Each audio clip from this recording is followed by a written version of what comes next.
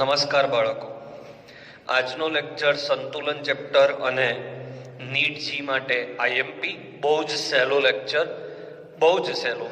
ટોપિકનું નામ છે રાસાયણિક સંતુલન માટેનો નિયમ સમજાવો. અતિશય સહેલો લેક્ચર છે આજે, એકદમ સરળ. આ નિયમ સૌથી પહેલા કોણે આપ્યો? તો આખા વૈજ્ઞાનિકના નામ આપણે નથી યાદ રાખ્યા. ગુલ્ડબર્ગ અને વાગ નામના વૈજ્ઞાનિકે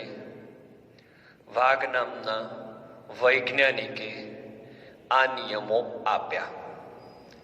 ઓકે, આ નિયમ સમજવા માટે એક પ્રક્રિયા આપણે લઈએ. બરાબર, એ શું કહેવા માંગે છે એના ઉપર આપણે ચર્ચા કરીએ.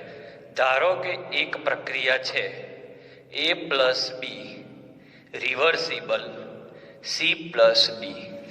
તો મિત્રો, તમે જાણો છો એમ જે ડાબી બાજુ હોય એને પ્રક્રિયક કહેવાય અને જે જમણી બાજુ હોય એને નિપજ કહેવાય. એટલે આ નિપજો છે ને આ પ્રક્રિયકો છે. તો આના માટે ગુલ્ડબર્ગ અને વાગ નામના વૈજ્ઞાનિકે એક સૂત્ર આપ્યું. એ સૂત્ર કંઈક આવું છે કે K બરાબર, કેને એ લોકોએ નામ આપ્યું સંતુલન અચળાંક. શરૂઆતની સ્થિતિ કહું છું, સંતુલન અચળાંક K બરાબર નિપજોની સાંદ્રતાનો ગુણાકાર. આ જે ચોરસ કૌંસ છે મિત્રો, એને સાંદ્રતા કહેવાય. ઓકે, અને શરૂઆતના સમયમાં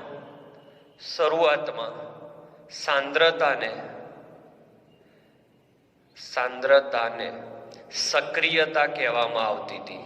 એટલે કોઈ પણ કણ કેટલો સક્રિય છે એ કહેવાતું શરૂઆતમાં, પણ પછી સાંદ્રતા શબ્દ આવ્યો, એનો એકમ લેવાય છે મોલ પ્રતિ લીટર, એટલે મોલારિટી.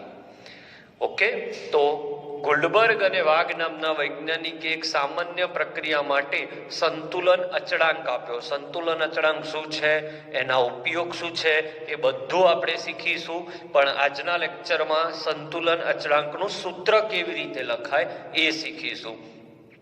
તો સંતુલન અચળાંક K બરાબર નિપજોની સાંદ્રતા, ચોરસ કૌંસ એટલે સાંદ્રતા, નિપજોની સાંદ્રતાનો ગુણાકાર, વત્તા હોય તો ભૂલી જવાનું, ભાગ્યા પ્રક્રિયકોની સાંદ્રતાનો ગુણાકાર.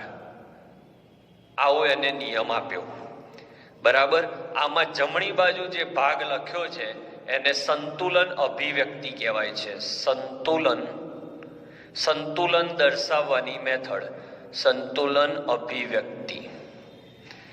ઓકે, બહુ પહેલા આવડી જ જાય એવું ના સમજતા, થોડી વાર લાગશે. આખો લેક્ચર પૂરો થતા તમારો K નું મૂલ્ય રેડી હશે. હવે સંતુલન અચળાંકની આ સૂત્ર ગુલ્ડબર્ગ અને વાગ નામના વૈજ્ઞાનિકે આપ્યું. અને એ એવું કહેવા માંગે છે કે જ્યારે પ્રક્રિયા, તમે જાણો છો એમ, પ્રક્રિયા જ્યારે સંતુલનમાં આવે ત્યારે પ્રક્રિયકો અને નિપજોની સાંદ્રતા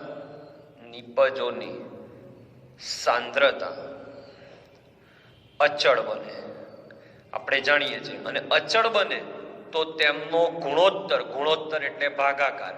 આ અને આ અચળ થઈ ગયા તો ભાગાકાર, તેમનો ગુણોત્તર એટલે ભાગાકાર, સંતુલન અચળાંકનું મૂલ્ય અચળ મળે.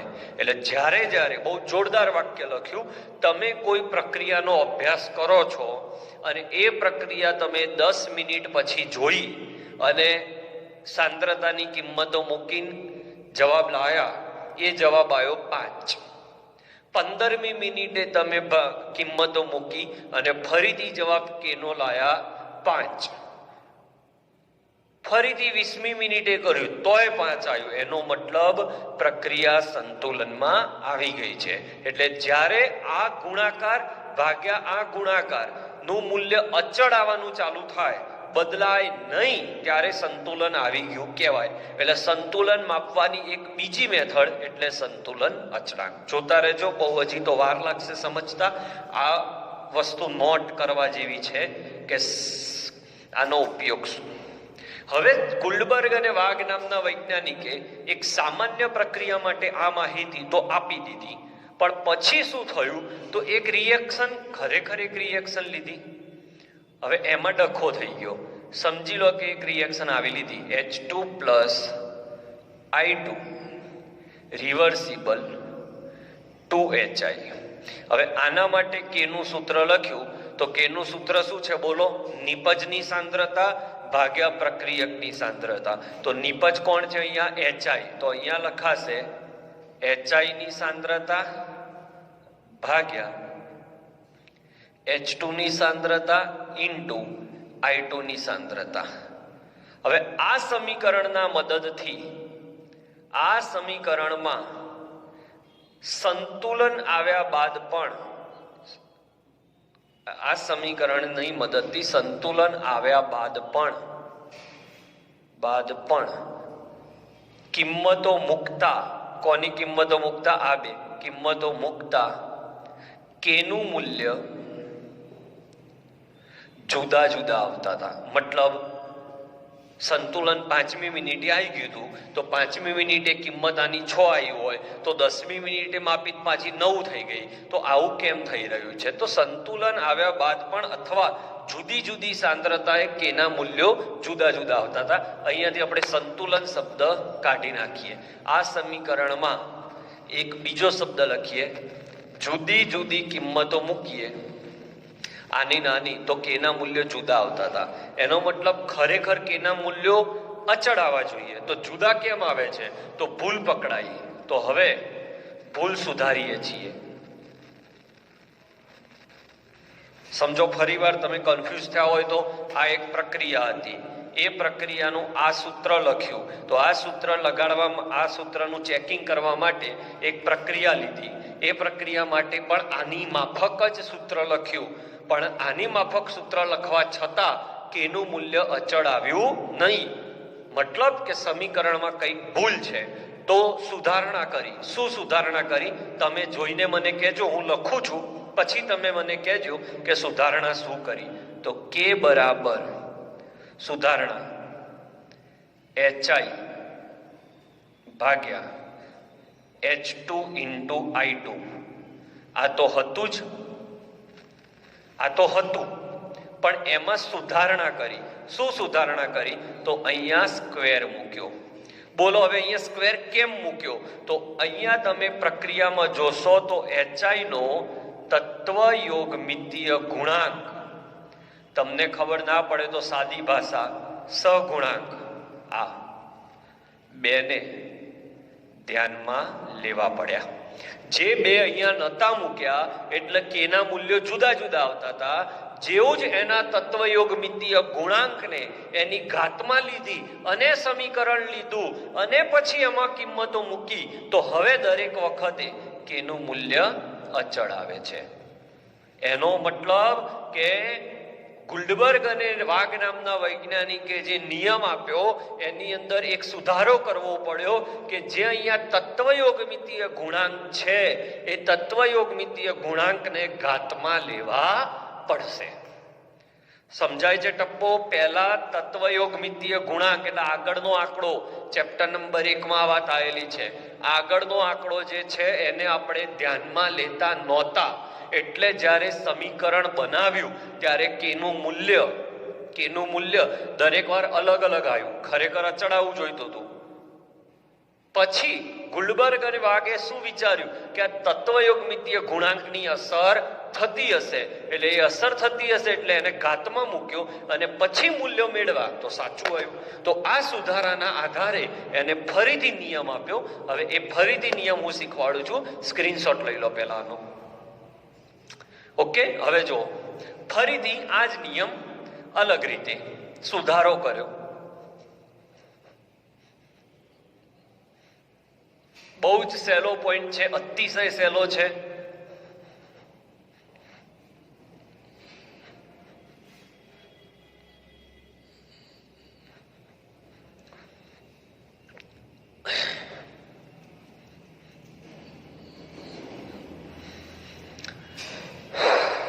ચલો હવે આપણે વાત કરીએ તો ધારો કે એક પ્રક્રિયા A plus B B reversible C C plus D D, જ્યાં એ બી સી અને ડી સ્મોલ એ અનુક્રમે તત્વ, યોગ, મિતીય ગુણાંક છે. તો આના માટે હવે કે કેવી રીતે લખવાનો? તો મેં હમણાં શીખવાડ્યું હતું એ નિપજોની સાંદ્રતા અંશમાં, પ્રક્રિયકોની સાંદ્રતા નીચે. તો નિપજોની સાંદ્રતા સી ડી ગુણાકાર લેવાનો, વત્તા, વચ્ચે પ્લસ નહીં, ભાગ્યા એ અને બી. હવે આ તો ભૂલ કરી હતી ગુલ્ડબર્ગ અને વાઘે કે તત્વયોગ મિતીય ગુણાંકને ધ્યાનમાં નતા લીધા, પણ હવે આપણને ખબર પડી ગઈ છે કે તત્વયોગ મિતીય ગુણાંકને ધ્યાનમાં લેવા પડશે તો જ સાચો જવાબ આવશે. એટલે તરત જ સી નો તત્વયોગ મિતીય ગુણાંક સ્મોલ સી એને ઘાતમાં જવા દીધો, ડી નો તત્વયોગ મિતીય ગુણાંક સ્મોલ ડી એને ઘાતમાં જવા દીધો, એનો તત્વયોગ મિતીય ગુણાંક એ ઘાત બી. આ સાચું. તો નિયમ શું લખાય કે અચળ તાપમાને, તાપમાન બદલાવા નહીં દેવાનું, અચળ તાપમાને સંતુલિત રાસાયણિક પ્રક્રિયા માટે, સંતુલિત રાસાયણિક પ્રક્રિયા માટે પ્રક્રિયાનો સંતુલન અચળાંક અથવા પ્રક્રિયા માટે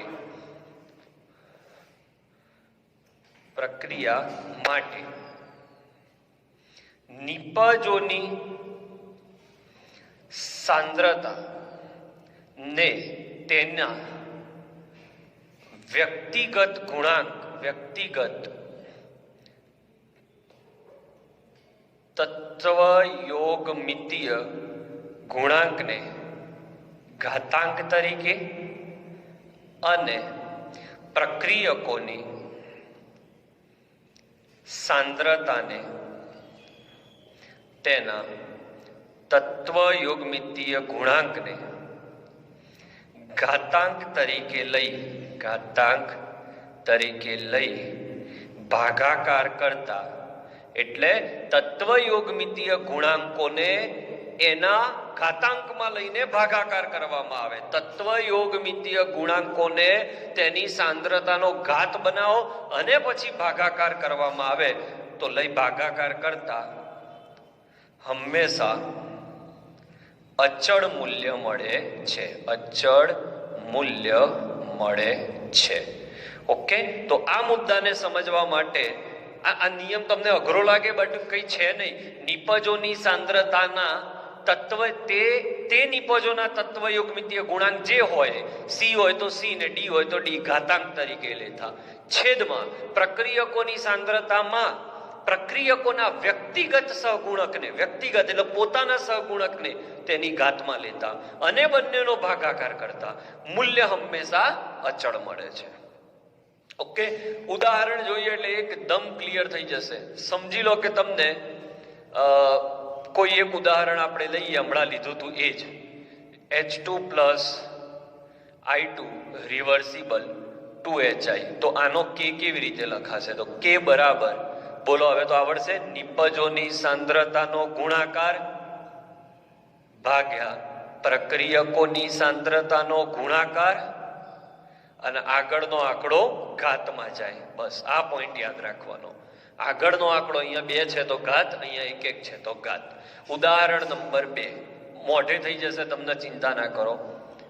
N2 plus 3H2 gives 2NH3. Okay, તો આનો કે કેવી રીતે લખાય? બોલો બોલો, બોલશો તો મોઢે થશે. નિપજોની સાંદ્રતાનો ગુણાકાર ભાગ્યા પ્રક્રિયકોની સાંદ્રતાનો ગુણાકાર અને તત્વયોગમિતીય ગુણાંક ઘાતમાં. તો એમોનિયાનો તત્વયોગમિતીય ગુણાંક 2 છે એટલે 2 એની ઘાતમાં ગયો. N2 નો તત્વયોગમિતીય ગુણાંક 1 છે તો 1 એની ઘાતમાં જાય અને H2 નો તત્વયોગમિતીય ગુણાંક 3 છે તો 3 એની ઘાતમાં જાય. બરાબર? પડ્યો ટપ્પો. એક બીજું ઉદાહરણ લઈએ. 4 મોલ NH3 વત્તા 5 મોલ O2 રિવર્સિબલ પ્રક્રિયા જોઈ લઈએ ખાલી. 4NO 4NO વત્તા 6 મોલ H2O. તો આના માટે K કેવી રીતે લખાય? આજે તો આપણે બહુ સિમ્પલ લેવલ પર ભણી રહ્યા છીએ એટલે તકલીફમાં બહુ વિચાર કરતા નહીં. નાના મોટા ચેન્જીસ હજી આવતીકાલે આવશે એટલે ગભરાઈ ના જતા. તો આના માટે K કેવી રીતે લખાય? તો આના માટેનો K આપણે લખીએ તો નિપજોની સાંદ્રતા લખી દેવાની પહેલા, ભાગ્યા પ્રક્રિયકોની સાંદ્રતા લખી દઈએ. હવે શું કરવાનું? આગળનો આંકડો ઉપર લઈ લેવાનો. તો NO નો તત્વયોગમિતીય ગુણાંક કેટલો છે? 4. તો અહીંયા ઘાત આવશે 4. H2O નો તત્વયોગમિતીય ગુણાંક કેટલો છે? 6. તો અહીંયા 6 આવશે. એમોનિયાનો તત્વયોગમિતીય ગુણાંક 4 એટલે 4 આવશે. O2 નો તત્વયોગમિતીય ગુણાંક 5 એટલે 5 આવશે. ક્લિયર? આવડી ગયું? એકદમ સહેલું. નિપજ ઉપર, પ્રક્રિયક નીચે, ગુણાકાર અને આગળનો આંકડો ઉપર જાય. હજી ધીમે ધીમે જેમ જેમ લેક્ચર આગળ વધશે એટલે વધારે ડિટેલમાં તમને આવડતું જશે. એક પ્રક્રિયા તમને આપું છું જે તમે જાતે જવાબ એનો મને કોમેન્ટમાં આપજો. CH4 પ્લસ 2O2 રિવર્સિબલની જ વાત કરવી પડશે આપણે એટલે અહીંયા ભૂલ છે. CaCO3 solid reversible CaO solid plus CO2 gas. આનો જવાબ મને આપજો. હજી આવતા લેક્ચરની અંદર આપણે આના ચેન્જીસ કરીશું. આવતા લેક્ચરમાં આપણે કેના જે અલગ અલગ પ્રકાર છે એના પર વાત કરીશું. KC, KP અને KX 3 પ્રકારના હોય. એ ત્રણેય પ્રકાર આવતા લેક્ચરમાં આપણે શીખીશું. પછીના લેક્ચરમાં KC અલગ અલગ પ્રકારે હોય. KC ને KC કહેવાય, KC ડેશ કહેવાય અને KCN કહેવાય. તો આટલું આનો એક લેક્ચર થશે અને આનો એક લેક્ચર થશે, કારણ કે આમાંથી જ નીટ અને જીમાં પ્રશ્નો પૂછાય છે.